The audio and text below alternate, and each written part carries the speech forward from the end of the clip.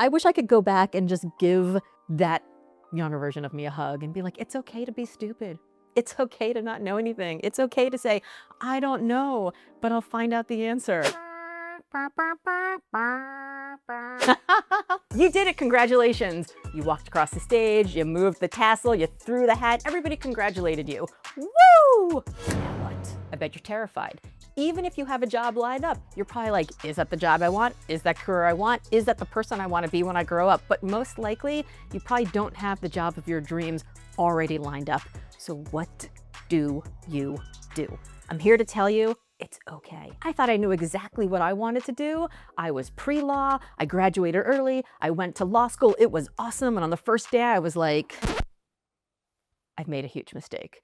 I don't belong here. And I dropped out. And I'm here to tell you 30 years later, yes, I know, I'm old, that I survived. And not only did I survive, I thrived, and you will too. So my name is Laura Gassner Otting. I am a career expert. I spent 20 years in executive search, 4 years in the White House. I right now go on national TV all the time, Good Morning America, The Today Show, Access Hollywood, giving career and life advice. And if you want to know more about how to create a life that actually works for you, please like this channel and subscribe to my newsletter. Let's get into it.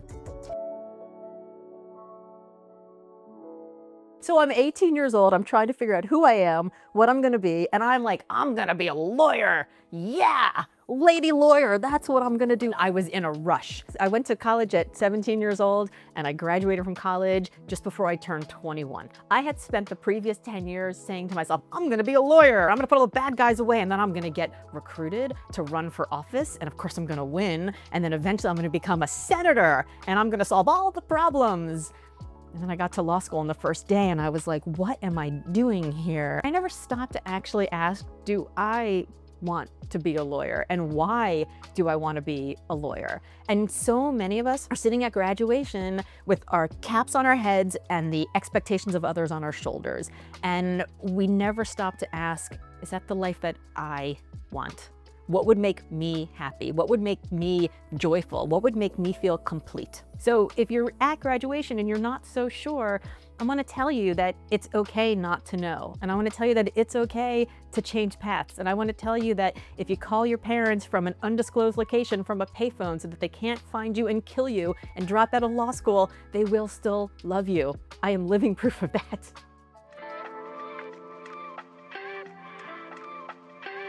Okay, it's game time. Let's talk about some of the things you're worried about, and I'm gonna tell you if you really should worry or if you shouldn't worry about them. My degree isn't in high demand. I would say worry, but only insofar as it just means it's your job to tell the person on the other side of the table why your degree actually works and how they can actually use your degree to solve the problem that they have. So it's just a little bit more work on your side. So worry, but like, worry a little.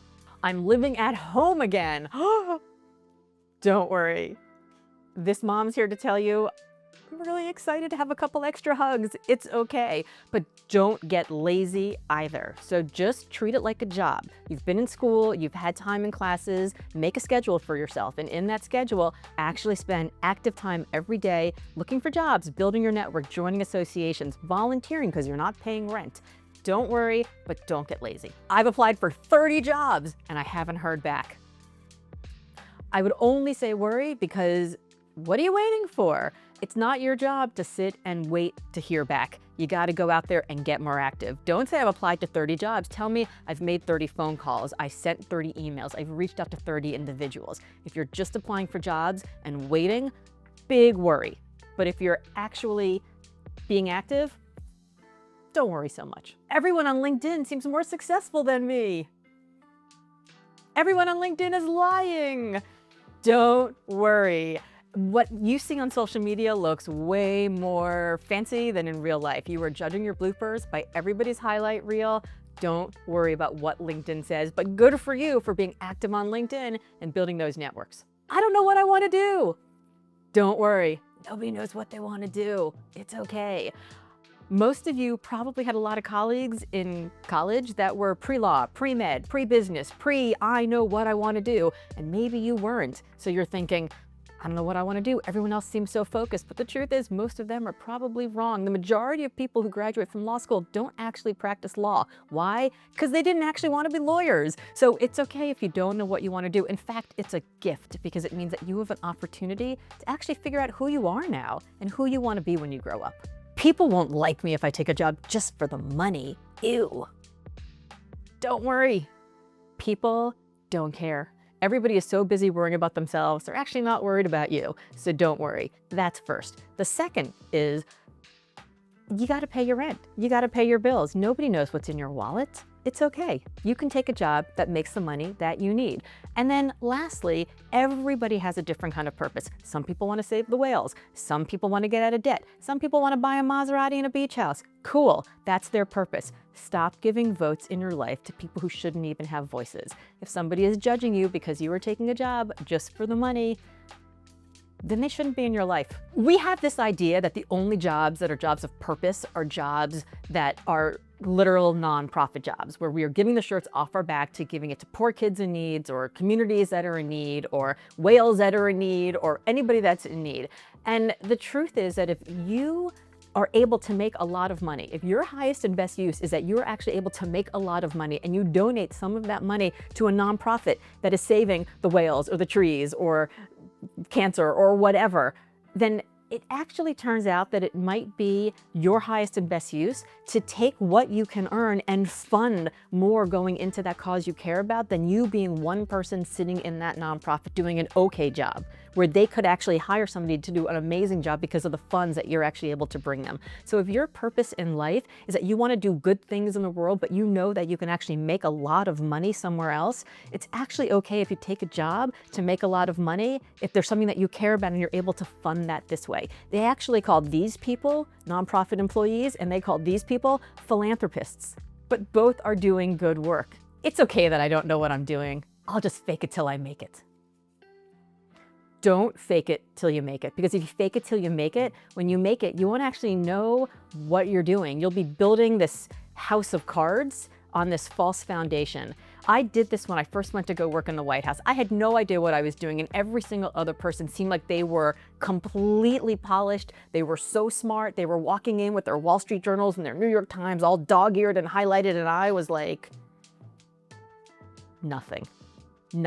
And they had their fancy little satchels that like their grandfather gave them after they went to Harvard and Yale and Princeton, whatever. And I was like, University of Texas, woohoo! I didn't have any ideas, and I was so busy faking it, pretending like I knew what I was doing, that I didn't notice everything that was happening around me. And what was happening around me was relationships being made, deals being put together. I was able to see like who sat where at the table and how power dynamics were happening, and I missed all of it because I was so busy faking it that I didn't actually learn anything. And had I actually just put the pad down and looked around and admitted that I didn't know things, if I asked questions rather than talking first, I would have learned so much more and I would have gotten ahead so much faster. So if you think you're gonna fake it until you make it and that's the solution, then yeah, you should be worried, because that's not a learning posture. You're not going to be in a place of growth.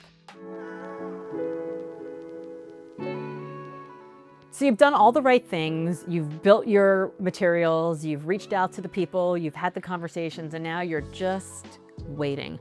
What should you do? Feels like there's a lot of pressure, and there's a lot of people that are looking at you with that stink eye like, so did you get a job yet, right? And you feel like if I'm not just constantly always hustling and going and going and going, maybe I'm not doing enough. And I want to tell you that, at a certain point, that's a pretty good road to burnout. So a job's what, 40 hours a week? You were in school like 40 hours a week? Spend about 40 hours a week. Put it on your calendar, like block off time to make those calls, to hustle, to be doing the research. But once you've hit that 40 hours, go do something else. My entire career strategy has been this: do interesting things with interesting people, and interesting opportunities arise. So I would encourage you to spend some time going out and finding interesting people and do some interesting things, because interesting opportunities will arise. What does that look like? That means maybe you go to events that are around the area that you're interested in, so that you can listen to keynote speakers, that you can learn from academics, that you can hear what the latest thinking is. Cool, that's great, that helps build the network. But also, go play Ultimate Frisbee, go join a marathon running club, get involved in your community, because the cross-section of people that you're gonna meet will possibly be people who are also looking for people just like you. And when they see that you're self-motivated, that you're not just sitting behind your computer desk, they're gonna say, oh, that kid, he seems pretty energetic. I like him. Like when we're running up the top of the hill, he's the one with the smile on his face. Awesome, we should bring him in. He doesn't know anything about anything, but I really like his energy. That happens all the time. I'm constantly looking for people that are like unformed clay, right? These like lumps that I'm like, they've got hunger and volition and tenacity. They've got empathy. They've got wonder about the world. They're serious, right? They're showing up. They've got plasticity, agility, curiosity. These are the traits that I look for in people because those people can be great wherever you put them. And you're so young at this point that there are so many different potential paths, but you're not going to find the people that have those interesting jobs and those interesting paths unless you go out and you do interesting things. Because I can guarantee that you think you know all the potential jobs that are out there in the world, but there are so many potential jobs that are out there in the world. And the only way to do that is to get out from behind your computer. Yes, build some things, start a little side hustle, have a little business thing that you're doing on the side, build your website, start writing, start blogging, do things that are putting stuff out into the world, but also put yourself out into the world and go do interesting things with interesting people so interesting opportunities arise. If you like this video and you found it helpful, don't forget to like it, to share it, and to subscribe to my channel. And by the way, tell me in the comments, what are your challenges when it comes to hiring? What are your challenges when it comes to finding top-tier talent? And what are your challenges when it comes to your own career? I'd love to know so we can solve it in a future video.